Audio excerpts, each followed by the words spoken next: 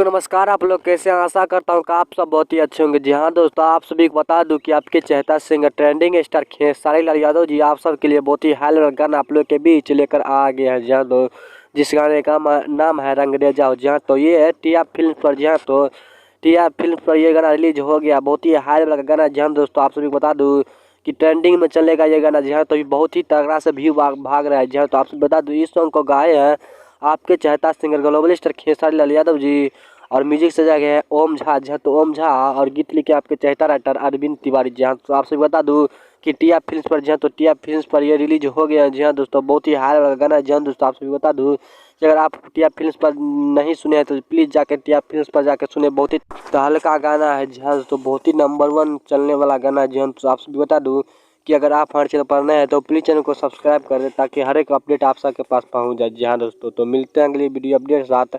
तब तक के लव यू एल ब्रदर, अपना ख्याल रखना। Love U L brother.